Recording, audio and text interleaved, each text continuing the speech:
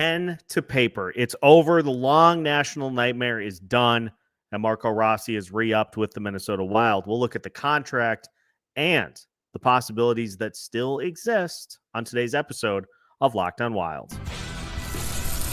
Hey, this is Matt Boldy, and you're listening to Locked On Wild. You're Locked On Wild, your daily podcast on the Minnesota Wild. Part of the Locked On Podcast Network, your team every day. What's happening, everybody? Welcome into another episode of Locked On Wild, your daily Minnesota Wild podcast, part of the Locked On Podcast Network. We are your team each and every day, and we thank you for making Locked On Wild your first listen each and every day as well. Make sure you subscribe on YouTube and your favorite podcast platforms so you don't miss out on any new episodes throughout the week. Today's episode of Locked On Wild is brought to you by Game Time. Download the Game Time app, create an account, and use code LOCKEDONNHL for $20 off your first purchase. On today's episode of Locked On Wild, all things Marco Rossi, as Rossi signs an extension to stick with the Minnesota Wild for the next few seasons. We'll look at the contract itself. We'll look at how both teams and agents met in the middle and what options still exist for both sides throughout the duration of the deal as well. My name is Seth Toupal, host of Locked On Wild, host of Seth on Sports, and credentialed media member, and it's over. I am as relieved as many of you are, I'm sure, to just not have to talk about it anymore. Marco Rossi has officially signed a 3-year extension with the Minnesota Wild worth $15 million. Now, the salary goes $4 million in year 1, $5 million in year 2, $6 million in year 3, but the cap hit is $5 million each season. And for Rossi, obviously not what he was looking for on the open market, but he gets a bridge deal to see how the next few years go. And if he continues to build on his performance, he's setting himself up for a nice hefty extension in 3 years' time. We saw both the Wild and Marco Rossi and his agent meet in the middle for this deal. Obviously, it was not the term that Rossi and his agent were looking for, as we had reports that they were looking for the Matt Boldy special, the 7x7. So they don't get the $7 million AAV. But this gets Marco Rossi to unrestricted free agency status, gives him free agent opportunities if he elects to not stick around with the Minnesota Wild. You know, that's a key portion to this, is if Marco Rossi doesn't want to stick around after the deal is done. He's a restricted free agent in 2028, 2029, and then an unrestricted free agent in 2029, 2030. So the Wild could offer him a qualifying offer in the offseason of 2028, 2029 at $8 million. And, this just walks him closer to, if he truly wants to, exploring other options that are out there. For the Minnesota Wild, obviously they wanted to go longer term. The Wild offered a 5x5 for Rossi's deal. Rossi's camp wanted a shorter term deal if they weren't going to get the high term and the high AAV. So both met in the middle. They both made concessions. They both got it done. Marco Rossi and his agent had a front row seat to how this offseason is played out. And for all of the floating as far as trade possibilities go, I will give Bill Guerin a large amount of credit for holding firm, for not making a deal just for the sake of getting this done. Marco Rossi was out there. If teams wanted to make a deal, he was out there to be had, whether that be via the rarity that is the offer sheet, whether that was the possibility of a trade. Marco Rossi was out there. We saw the Vancouver Canucks offer the 15th overall pick and a player. Bill Guerin turned that down. We saw Marco Rossi offered in trades, i.e. the Buffalo Sabres, for J.J. Peterka as part of a package. The Wild even offering Marco Rossi and for Peterka, and the Sabres said no. So it's not just a valuation as far as Bill Guerin goes that, there are some concerns with Marco Rossi long-term about his ability to be a top 6 guy considering his size. That is an opinion that not just Bill Guerin holds. Other GMs throughout the league, they all had the opportunity to get in and try to make a move. They all had the opportunity to hop in and try to get something done. And we heard about just a couple of deals. So not just the Wild, but other teams not willing to go to that number for Rossi's services. Ultimately, do I think it's a good deal? It's obviously, I think it's a good deal for both sides. Obviously, the Wild get Rossi at their price point, the spot that they thought they were going to, that they had him evaluated at. Now, they don't get him for as long as they wanted, but 3 years is a good amount of time. And for Rossi, it gives him some stability here. It gives him, $5 million is not nothing. So it gives him some financial certainty over these next few years, but it allows him to quickly recoup after this contract is done. If he has years similar to what he has had over the last couple of seasons, and we'll look later in the episode at where he ranks amongst the rest of the squad, he could put himself in position to really cash in. Like if he continues his upward trend and he ends up being more of a 25 or a 30 goal scorer as opposed to a 20 to 25, he puts himself in position to really cash in and make this very expensive for either the Wild or the next team. Bill Guerin has been vocal throughout the offseason about not wanting to make a move for a player like Marco Rossi, liking Marco Rossi as a player and what he brings to the table, and just not wanting to go to a particular price point. So both teams, both sides, made some concessions and got this done. And now Rossi can continue his focus towards getting ready for the start of the season and trying to be a top 6 piece for this Minnesota Wild roster. Bill Guerin with some comments and Marco Rossi with some comments as well about the deal. Rossi saying that he is happy to get things done. He's happy to get this put behind him. He's excited that he's going to be returning to Minnesota and now can continue his preparations for the upcoming season. As far as Bill Guerin goes, what changed? What led to Rossi signing on the dotted line after the long back and forth that both sides had? Guerin said that, he was going to defer to Rossi as to what the answer to that question is.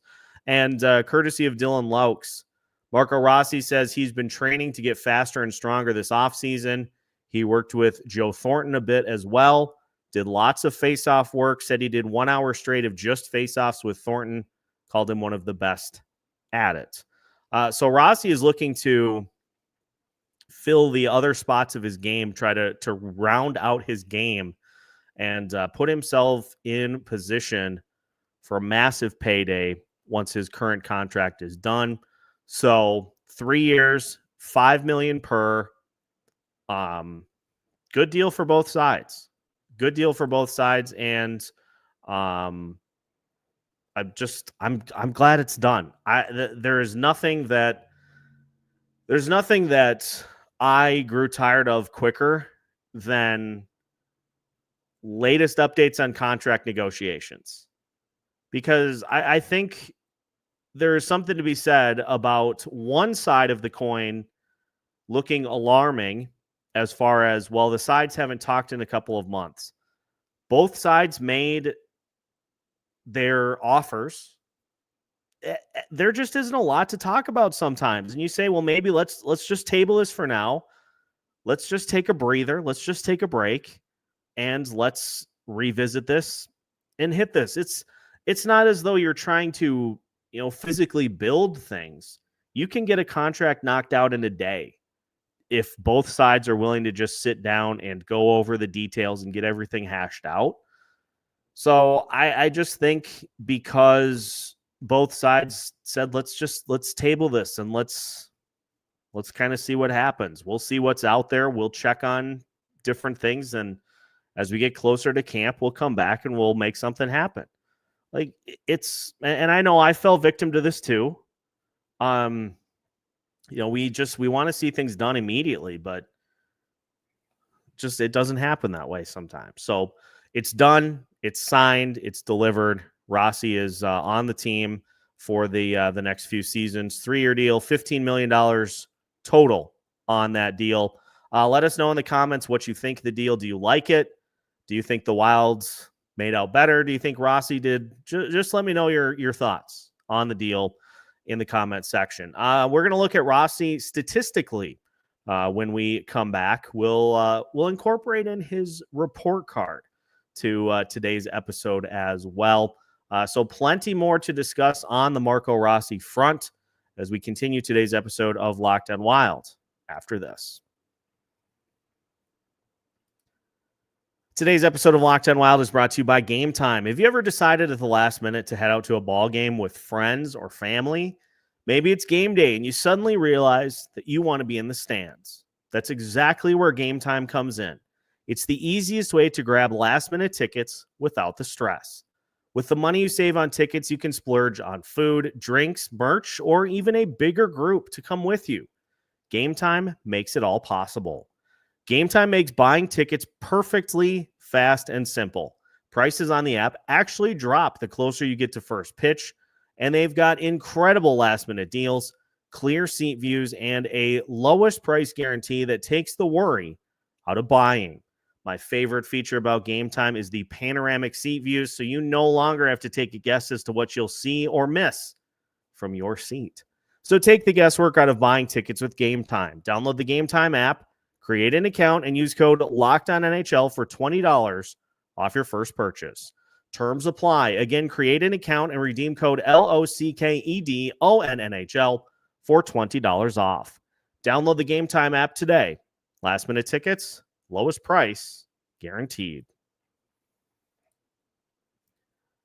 Welcome back to today's episode of Locked On Wild. Once again, we thank you for making Locked On Wild your first listen each and every day. Again, a reminder that starting on September 1st, we are kicking into full 2025-2026 season mode with our 30 burning questions regarding the Minnesota Wild and the upcoming season. So stay tuned for that. Starting on Labor Day, yes, we will have an episode for you, and we'll just keep cruising through till we get to the start of the season on October 9th. So let's talk about Marco Rossi statistically. And before we go into his numbers, I want to just look at one thing.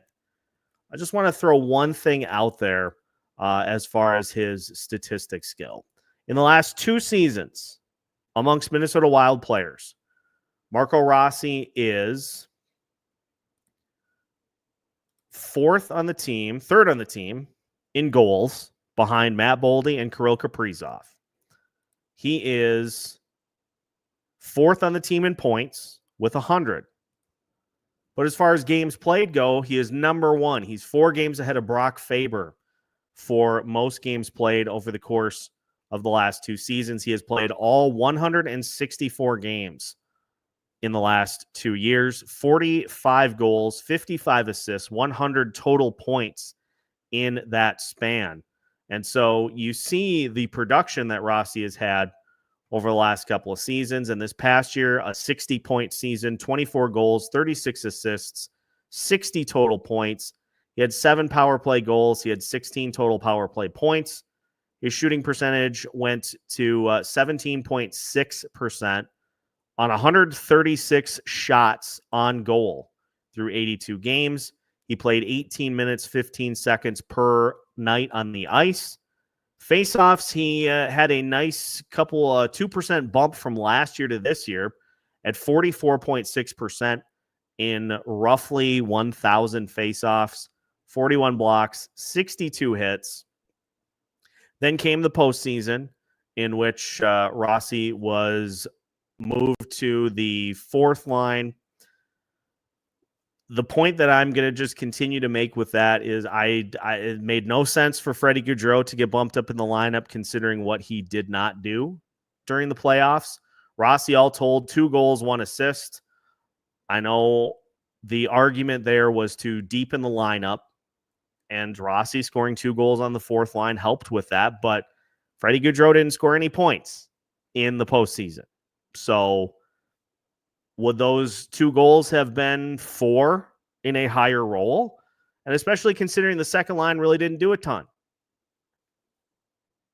That's one of those hindsight things, that we can look back on and say, yeah, that probably didn't work.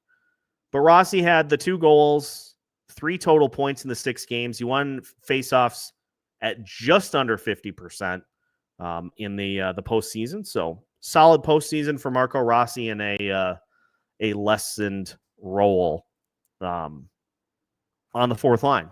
You wonder what he would have done in an elevated role, but we're not gonna dwell on that. What we do know is Rossi has not missed a game in the last 2 seasons. He is adept at burying rebounds around the net and shooting from in close. We have seen him pull out of that direct net area a little bit the last couple of years and go to, some shorter range, intermediate type shots. And that's something that I'm going to really like to see more of over the last couple of seasons. But all told, Corsi 4 percentage for Rossi in all situations was 55.4%. At even strength, it was 50.7. 5-on-5 play was an even 50. So the Corsi numbers all good there. As far as the goals for per 60, in 5-on-5, it was at 2.7. Goals against at 2.1. Even strength, 3.1 goals for per 60, which is a good number. Goals against is at 2.8 in even strength. And all told, 3.6 goals for per 60, 2.6 goals against. Those numbers are all what the kids say is solid. As far as point shares go, 4.3 offensive point shares for Marco Rossi this season. He had 1.9 defensive point shares for a total point shares of 6.3 on the season. Those are all career highs for Marco Rossi, by the way. And as far as the point shares go, he was 3rd on offense with the 4.3. Defensive point shares, Rossi was 8th on the team, just above Kirill Kaprizov, just below Matt Boldy. And total point shares, Rossi was 3rd behind Matt Boldy and Kirill Kaprizov, and just ahead of Jared Spurgeon. So a solid season for Marco Rossi, all told. His expected goals for in the season was 57.3. Expected goals against, 48.3. So the goal differential there was roughly 9, which was best on the team. So a lot of good numbers for Marco Rossi. But what does it mean for his letter grade for the season? So let's take a look at just that. And we'll start, of course, with the games played category. And this is an easy one here because Rossi played all 82 games. So he gets 20 out of 20 points as far as the 20 out of 20 points as far as the games played portion goes. On ice impact. For Marco Rossi, the 60 points in 82 games. And yes, I'm using a calculator because basic math is terrifying to me. Rossi's going to get 10 out of 15 for on-ice impact because he was at 0.73 points per game. 60 points in 82 games is 0.73. Our threshold, again, 0.5 to 0.74 points per game is 10 out of 15. 0.75 and above is the full 15 out of 15. But he's going to make it back in the analytics portion.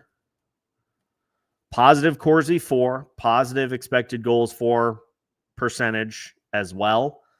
So he gets 5 points there. He was, it's interesting because Rossi's kind of in between on the power play side. He's been mostly a power play 2 guy until right now. Joel Eriksson Ek getting hurt and missing a good portion of the season vaulted him into a power play 1 opportunity, and he responded with a career high in power play goals with the 7 that he had. So he certainly contributed to the power play. So he's getting points there. As far as the penalty kill goes, not something that Rossi has played a ton with to this point in his career. And, you look at the options in front. You've got Joel Eriksson Ek, who is obviously going to be one of your top penalty kill guys when he's healthy. Freddie Gaudreau was your second most frequently used center on the penalty kill this past season. So there is an opportunity available there. He did play a little bit on the penalty kill, but not really a ton. There is going to be an opportunity available for somebody because Joel Eriksson Ek's not going to just center the whole thing. So maybe Rossi ends up taking that opportunity. We'll just have to wait and see. But as of right now, not a factor in the penalty kill. And so that is another 10 out of 15 for that. Importance to team and role. And I think at this point, just because there was a little bit of fluctuation, just because, he has shown he's capable of playing a top line role. He hasn't consistently had it yet. There's just a kind of a balancing act between him and Joel Eriksson Ek. I'm going to go with a consistent top 6 contributor for Rossi right now, which is 15 out of 20. This could be a season where we see him get a much better top line opportunity, and maybe he runs with it. But he's a consistent top 6 contributor, so he gets 15 out of 20 there. As far as consistent production and the finish goes, obviously in the postseason, couple of goals in a smaller role. Just looking at the spread of his production throughout the course of the season, things went a little quiet in the month of March for Rossi. He had 1 goal in the entirety of the month, had 4 total points. But you look at some of the other months, he had a great January with 14 points on the month. He had 13 points and 7 goals in December. He had 11 points and 4 goals in November, 8 points and 3 goals in October. So you take out really the month of March, that was about it as far as quiet months go. He had 5 points in 7 games in April, and then he had 3 points in 6 games against the Vegas Golden Knights. So I think as far as consistency and clutch goes, I'm going to go 10 out of 15 there as well. 10 out of 15. Consistent production, solid contributions throughout the course of the season. As far as playoff heroics go, they weren't they weren't game-winning goals per se, but still important goals. So I'm going 10 out of 15 in that category. And the final category for Rossi, building off of what he did last year, I'm going to go with a 12 out of 15. I wouldn't call it a major step forward, but it was still a step forward and still another impressive season for Rossi. So I'm going to go with a 12 out of 15 there. So 20 plus 10 plus 10 plus 15 plus 10 plus 12 is 77 out of 100 for Marco Rossi, which puts him in the B category as far as our grading scale goes, and puts him in the key contributor category as far as a Minnesota Wild player goes, with still plenty of time to jump into the elite or even above that category, depending on how the next couple of seasons go. But still, a B season for Marco Rossi. I think it was a very good season for Marco. There are still obviously a couple of things that I would like to see him, continue his progression on, that we'll talk about to finish off the show. But there's a lot to like that Rossi brings to the table. So let's finish the show today by taking a look at some of those areas that Rossi can continue to just build on, and what this means now that he is locked in, what this means for the future of the young Wild center. We'll talk about all that as we finish today's episode of Locked On Wild after this. Today's episode of Locked On Wild is brought to you by FanDuel. August 26th is officially FanDuel Futures Day, a brand new holiday for football fans who live for bold predictions and preseason hunches. For just 24 hours, FanDuel is giving you deals on NFL season predictions. So whether you're calling your MVP, eyeing a long shot division winner, or are ready to crown your Super Bowl champion before week 1 even kicks off, this is your moment. One of the interesting ones that I have been kind of mentioning to just have people keep an eye on is Offensive Rookie of the Year. J.J. McCarthy is going to be the quarterback for this Vikings team through thick, hopefully lots of thick, and hopefully not a lot of thin. So I am really interested to see if he is going to potentially put himself in position to win Offensive Rookie of the Year. So if you're inclined there, or are looking a little higher up the line at the Vikings making it to the Super Bowl, FanDuel has you covered every step of the way. So visit the FanDuel app today and start planning your futures bets now, because Futures Day is one day and one day only. FanDuel, play your game. Final segment of today's episode of Locked On Wild. Once again, we thank you for making Locked On Wild your first listen each and every day. Make sure to hit that like button and subscribe on YouTube so you don't miss out on any new episodes throughout the week. I promise you the 30 burning questions, it's not like the surface level stuff either. There are going to be some deep dives into key topics as we get closer to the start of the season. So if you want to make sure that you stay up to date on all of the burning questions heading into the season, subscribe on YouTube and follow us on your favorite podcast platforms so you don't miss out on any new episodes throughout the rest of the offseason. So now the deal is done.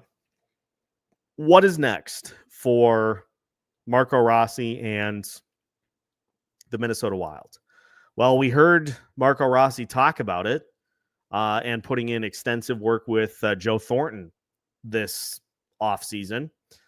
I know faceoffs are a little bit of a high variance statistic, but I do like the fact that Rossi has put in the time and is putting in the work to try to better himself in the faceoff circle. 46.8%. As far as attempts go, he had a career high in faceoff attempts. And the season in which he played 19 games, he won faceoffs at a 43% clip. I'm not really going to count that. So he improved his faceoff percentage by 2 percentage points in like 300 more attempts in the faceoff circle this year than he had last year. That's the takeaway there. That is the takeaway for a guy who, say what you want about the size, 5'9", added more. HockeyReference.com has him listed as 182 pounds. They're going to want to change that. He's put on more muscle this offseason, so he's going to be a problem from a low center of gravity standpoint, which you would think would help him in the faceoff circle. You'd think that being able to go low and have more control down in that general area, you'd think that would help. Working with Joe Thornton is appealing. Working with, I'm sure, Nico Sturm once he gets to camp is going to be a good addition as well. That is one spot that I would like to see Rossi just build off of. And the other spot, as I discussed a few minutes ago, is just, to continue to, he's got that really solid set of working around the net and being a net front guy. And if he can continue to just kind of expand the radius, so to speak, of where he can fire shots from, that's another area to just continue to build off of in the seasons that follow. We saw a little bit of that. He had a few goals from between the face-off circles this past season. More of that. You just want to see a guy become more comfortable, similar to what Joel Eriksson Ek has done over the last few seasons. And if he follows that incremental model that Joel Eriksson Ek did until this most recent season of just steady improvements year after year, he's going to be a monster. He's going to have a very good season. And, I'm just happy that I was proven wrong in my overall assessment and assertions of this entire situation. There are always ways to work things out and to find ways to meet in the middle and get it done. In the most recent episode I did with Alex, I was so done with the situation. I was like, just get it done so you can get the next thing figured out. And I will mention, this doesn't 100% end the trade discussions, because obviously there's no trade protection on the deal that Rossi signs. But this is a situation I think that Rossi thrives in, is to prove people wrong. He's been doing it for the last several seasons in life and in hockey. And the Wild are handing him an opportunity to prove to them that he is worth more than $5 million a year and is worthy of one of those types of contracts that Matt Coronado signs this offseason, or Matty Beniers, or some of those other players.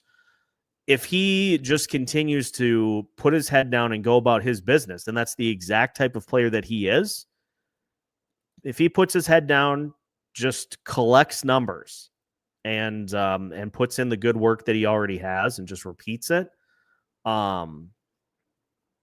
he's going to far exceed this contract. He already is. I think his market value, according to the Athletics player cards, was just shy of $7 million, 6.7 if I read correctly. So look at that. He's a surplus already. And that is without even playing games here this upcoming season. So all told, I'm glad it's done. I'm glad Rossi's on the team.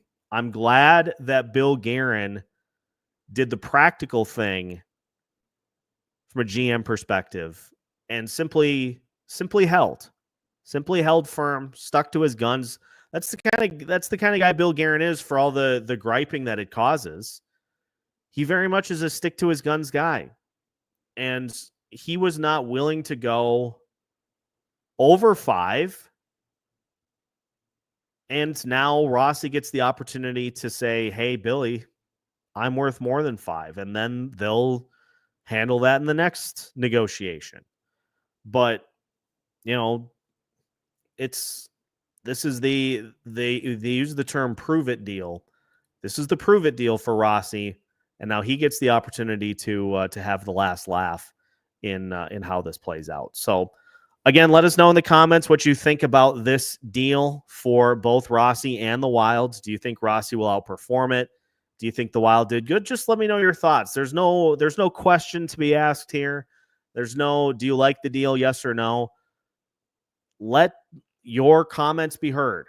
as to this deal for the Minnesota Wild and for Marco Rossi. That's all we've got for today's bonus episode of Locked On Wild. Appreciate you tuning in as you do each and every day of the week. Make sure to hit that like button and subscribe so you don't miss out on any new episodes throughout the week. We've got you covered every Monday through Friday as part of the Locked On Podcast Network.